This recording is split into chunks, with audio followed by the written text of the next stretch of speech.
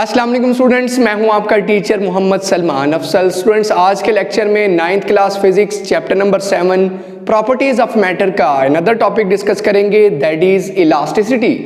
Elasticity क्या है, इसे डिटेल से आज के लेक्चर में जानेंगे और ये किस तरह से मुख्तलिफ ऑब्जेक्ट्स पे इफेक्ट करती है, स्ट्रेस क्या है, स्ट्रेन क्या है, डिटेल से आज हम जानेंगे और नेक्स्ट लेक्चर में इंशाल्लाह हम डिस्कस करेंगे हुक्स लॉ। तो बच्चों स्टार्ट करते हैं, व्हाट इज इलास्टिसिटी। इससे पहले कि मैं लेक्चर स्टार्ट करूं, जो बच्चे न्यू हैं वो जल्दी से इस चैनल को कर ले सब्सक्राइब और साथ लगी बेल की घंटी को जरूर प्रेस करें ताकि हमारी हर आने वाली लेटेस्ट वीडियो आपको मिल सके। तो बच्चों, ये इलास्टिसिटी क्या है, मैं कुछ एग्जांपल्स आपके सामने रख रहा हूं।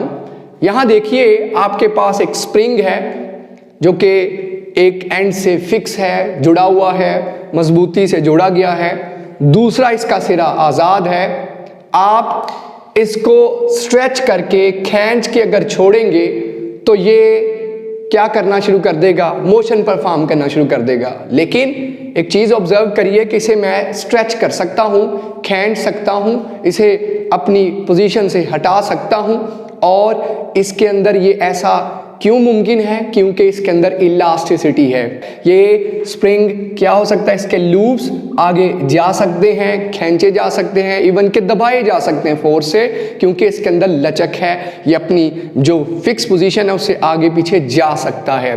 दूसरी तरफ देखिए, आपके पास क्या है, एक रॉड है, एक सरिया है, या एक फर्ज कर लीजिए कोई एक बॉडी है जिसका एक सिरा यहाँ पे आपने फिक्स किया हुआ है, बिल्कुल ऐसे। तो अब इसको क्या किया जा सकता है, इस तरह से एक दफ़ा स्ट्रेच करके, फर्ज कर लीजिए आप हैं यहाँ पे, इसे एक दफ़ा स्ट्रेच करके छोड़ेंगे तो ये भी इस तरह से मूव करना शुरू कर देगा। इसका मतलब ये अपनी जगह से आगे पीछे हट सकता है। इसके अंदर भी रिजिडिटी नहीं है, ये बहुत सख्त नहीं है, ये भी लचक रखता है, ये भी अपनी पोजीशन से डिस्प्लेस हो सकता है। इसके अंदर भी डीफॉर्मिंग फोर्स एक्ट हो सकती है और इसे डीफॉर्म कर सकती है, इसकी शक्ल चेंज की जा सकती है। जैसा कि इसका साइज चेंज कर दिया, अच्छा बढ़ा दिया था, छोटा कर सकते थे, इस तरह इसकी शक्ल भी चेंज की जा सकती है by applying a force apply करके। ये फोर्स अप्लाई की जा रही है, जो एरो आपको शो हो रहे हैं। एक तरफ एक और है जी आपके पास स्ट्रिप, जैसा कि स्केल होता है। स्केल अक्सर बच्चे या हम लोग बचपन में क्या करते थे, स्केल को टेबल के जो दर्ज होती थी, सुराख सा होता तो उसमें स्केल फंसा के उसको ऊपर से खींचते तो इस तरह से स्केल हिलना शुरू हो जाता। बिल्कुल ऐसे ही स्केल, फर्ज करिए एक स्ट्रिप है मेटल की पतली सी, इसको यहाँ से फिक्स किया, यहाँ फोर्स लगा के इसे छोड़ा तो इसमें डीफॉर्मेशन आ गई, ये अपनी जगह से डिस्प्लेस हुआ, एक दफ़ा नीचे जाएगा, ऊपर जाएगा और बहुत दफ़ा आपको मोशन करता नजर आएगा। तो यहाँ हमने क्या देखना है, डीफॉर्मिंग फोर्स, डीफॉर्मिंग फोर्स, डीफॉर्मिंग फोर्स, जो इसकी शक्ल सूरत में चेंज लेके आ रही है, साइज में चेंज लेके आ रही है, वॉल्यूम में चेंज लेके आ रही है। ये किन किन बॉडीज में मुमकिन है, वाकई उनकी शक्ल में, साइज में, वॉल्यूम में चेंज ले आती है। आइए जानने की कोशिश करते हैं। तो आपने बच्चों रूटीन के अंदर देखा होगा, अगर आप अब सोफे पे बैठे तो क्या होता है, सोफा अपनी जगह से डिस्प्लेस होता है, नीचे दब जाता है, जैसे आप उठे सोफा अपनी जगह पे वापस आ जाता है। घर में मौजूद मैट्रेस, बेड के ऊपर पड़ा मैट्रेस जो है, उसके ऊपर आप बैठे तो देखिएगा मैट्रेस जहां आप बैठेंगे, स्प्रिंग है ना उनके अंदर, वो स्प्रिंग है, वो इलास्टिसिटी है, लचक है, जैसे बैठेंगे दब जाएगा, उठेंगे अपनी जगह पे वापस आ जाएगा।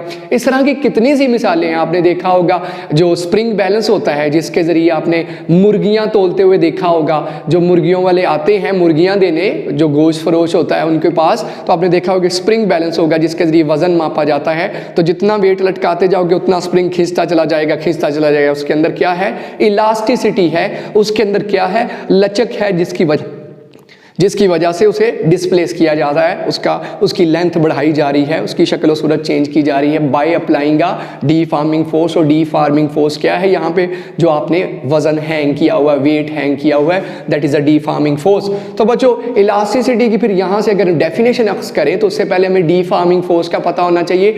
डीफॉर्मिंग फोर्स एक ऐसी फोर्स है जो बॉडीज के ऊपर एक्ट करके उनकी लेंथ में, उनकी शेप में, उनके वॉल्यूम में बिगाड़ पैदा कर देती है, चेंज पैदा पैदा कर देती है, that is a deforming force. और ये कोई रॉकेट साइंस नहीं है, आप देख लीजिए ये सामने व्हाइट बोर्ड है, इसमें मैं फोर्स लगाऊं तो देखिए ये हिल रहा होगा थोड़ा बहुत, ये मेरी लगाएगी फोर्स, इसकी शक्ल में चेंज लेके आ रही है, that is a deforming force. ये मेरे पास मार्कर है, मार्कर के ऊपर मैं फोर्स लगाऊं और इस फोर्स की वजह से इसकी शक्ल में चेंज आ जाए, that is a deforming force. ठीक हो गया, डिफॉर्मिंग फोर्स जो बॉडीज की शक्ल और सूरत में, वॉल्यूम में, शेप में चेंज लेके आती है, that is a deforming force. और रूटीन में हम देख रहे हैं कितनी सी बॉडीज के अंदर डिफॉर्मिंग फोर्स अप्लाई हो रही है। अब इलास्टिसिटी की डेफिनेशन पे आते हैं। इलास्टिसिटी क्या है? एक बॉडी की प्रॉपर्टी है, बॉडीज की प्रॉपर्टी होती है। बड़ी से बड़ी सख्त बॉडी के पास में ये प्रॉपर्टी है, नरम से नरम बॉडी के पास भी ये प्रॉपर्टी है। स्प्रिंग में तो बहुत ज्यादा आपने देखा होगा, मोटरसाइकिल के अंदर स्प्रिंग है, हमारे घरों के मैट्रेसेस में स्प्रिंग है, हमारे आपने मैंने जैसे मिसाल दी सोफा के अंदर स्प्रिंग है। हर बॉडी के अंदर आपने देखा होगा लचक के लिए स्प्रिंग रखे जाते हैं, इलास्टिसिटी उनके अंदर मौजूद होती है।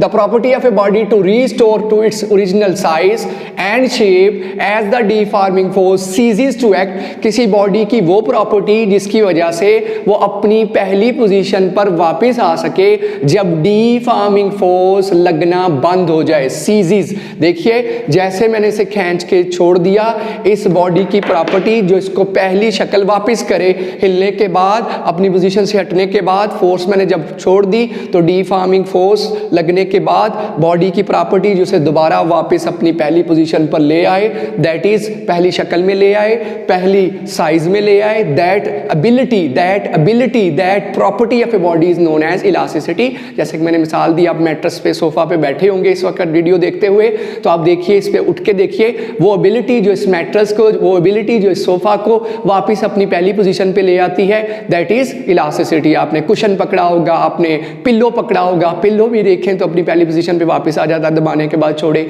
बैलून को दबा के छोड़िए, बैलून अपनी जगह पे पहले वापस आ जाएगा, दैट इज इलास्टिसिटी। स्प्रिंग सबसे बड़ी मिसाल, पतली सी आप देखिए छड़ी को बेंड करके छोड़िए, वापस अपनी जगह पे आ जाएगी। रबर जो आप पोनी पहनती हैं गर्ल्स, इसी तरह से बैंड पहनते हैं बॉयज, इन सब के पास खींचने के बाद छोड़ा जाए तो इनके पास एक प्रॉपर्टी है जो कि डिफॉर्मिंग फोर्स के हटने के बाद, डिफॉर्मिंग फोर्स वो थी जो इनमें चेंज लेके आ रही थी, खींचा लंबी होगी, शक्ल चेंज करना चाहिए शक्ल चेंज होगी, शेप चेंज करना चाहिए शेप चेंज होगी, वॉल्यूम चेंज करना चाहिए वॉल्यूम। लेकिन जैसे ही डिफॉर्मिंग फोर्स हटी तो बॉडी की वो प्रॉपर्टी जो कहेगी चलो वापस आओ, उसी जगह पे वापस आ जाए, उसी जगह पे जहां से वो हटी थी, जहां से वो डिस्प्लेस हुई थी, वहां वापस लेके आने वाली प्रॉपर्टी का नाम है इलास्टिसिटी। जैसा कि आप जानते हैं, घर वाले घर ना हो तो हम बच्चे क्या करते हैं, खेल कूद कर रहे हैं, इधर गंद डाल रहे हैं, वो हमारी प्रॉपर्टी जो कहेगी वालिदैन से आने से पहले सारी चीजें पहले जैसी कर दो, दैट इज इलास्टिसिटी। मिसाल दे रहा हूं,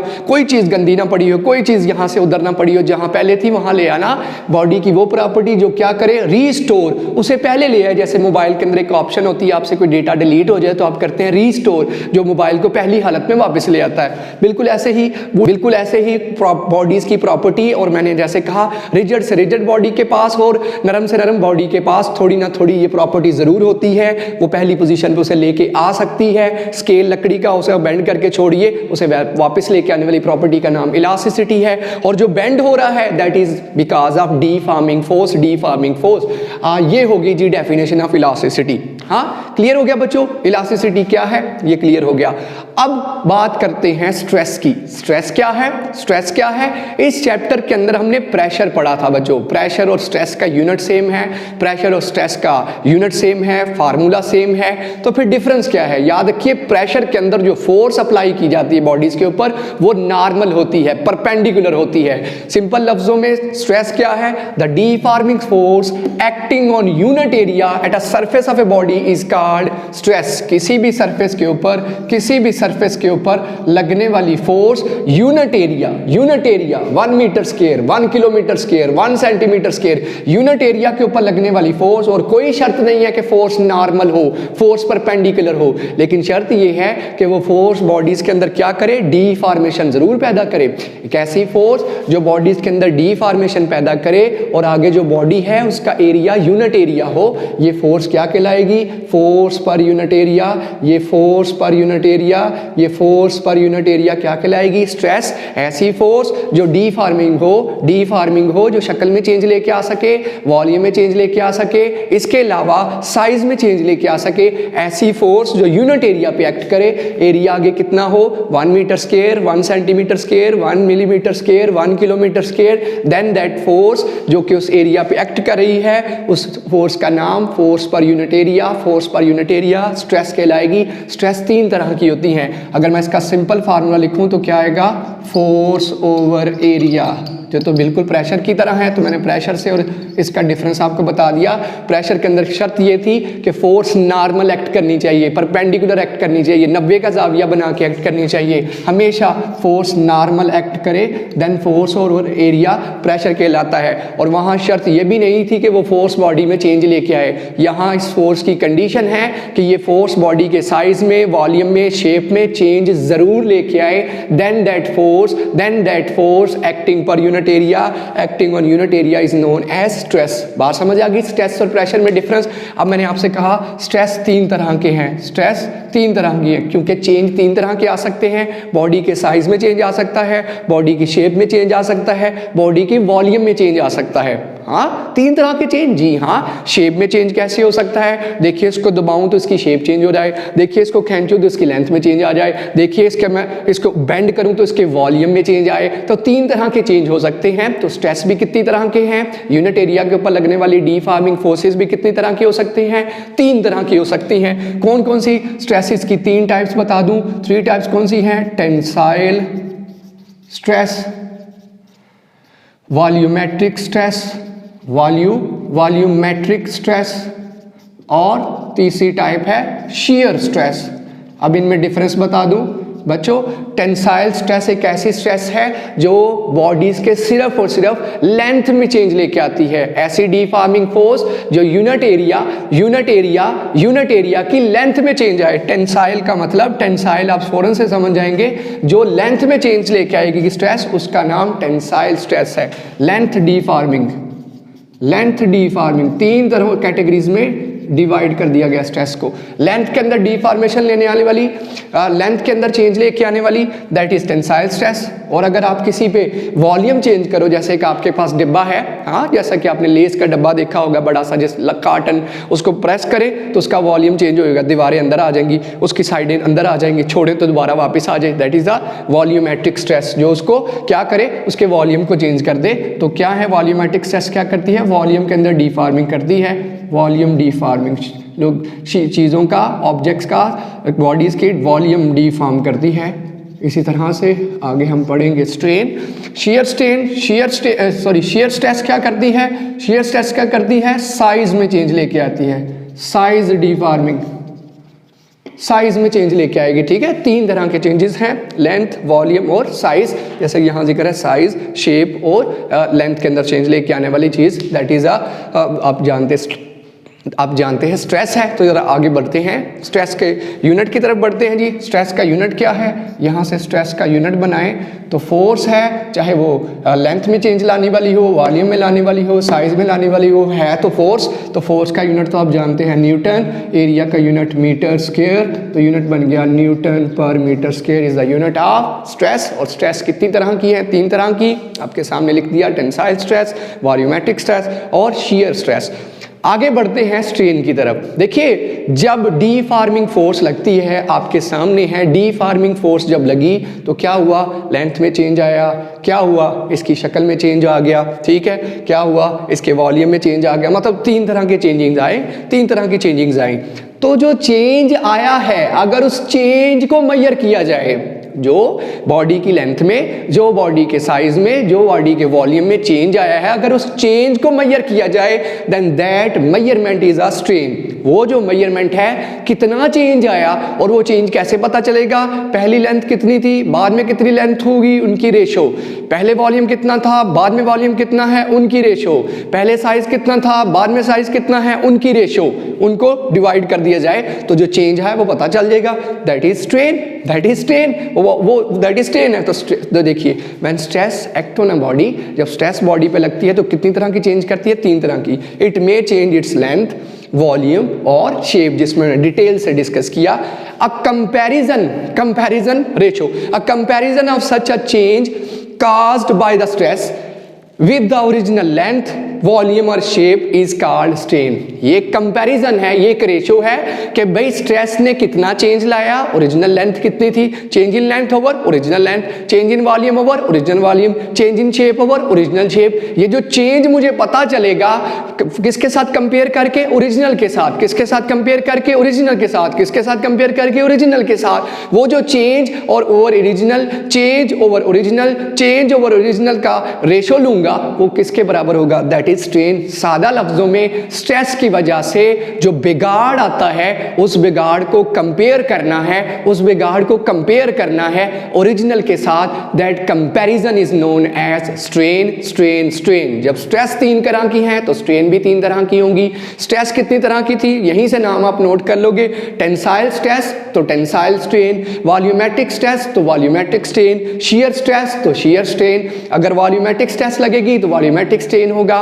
इस तरह से कंपैरिजन में अगर आप देखें तो हम अगर एक स्ट्रेन डिस्कस करें, जैसा कि यहाँ पे स्ट्रेस फोर्स ओवर एरिया लगा, जिसकी वजह से इसकी ओरिजिनल लेंथ थी L0, चेंज होके क्या आ गई? L आ गई। ये चेंज इन लेंथ के अंदर कितना चेंज हुआ? कैसे लिखूंगा? चेंज इन लेंथ कैसे लिखा जाएगा? चेंज L माइनस L0 बढ़ गई, माइनस जो पहले थी। दिस चेंज ओवर ओरिजिनल कितना था? L0। This comparison is known as strain. Change in length over original length, change in shape over original shape, change in volume over original volume, जिससे हम जान सकेंगे कि बॉडी के अंदर इनडायरेक्टली मेरी स्ट्रेस की वजह से कितना बिगाड़ आया है। That is strain. और याद रखें स्ट्रेस डीफॉर्मिंग फोर्स की वजह से है। स्ट्रेस डीफॉर्मिंग फोर्स की वजह से वो ज़रूर स्ट्रेन लेके आती है, वो ज़रूर बिगाड़ लेके आती है, वो ज़रूर चेंज लेके आती है। तो आइए स्ट्रेन डिस्कस करते हैं। स्ट्रेन में 3 तरह की स्ट्रेन मैंने आपको बता दी। अगर मैं टेंसाइल स्ट्रेन की बात करूं तो उसमें क्या आएगा?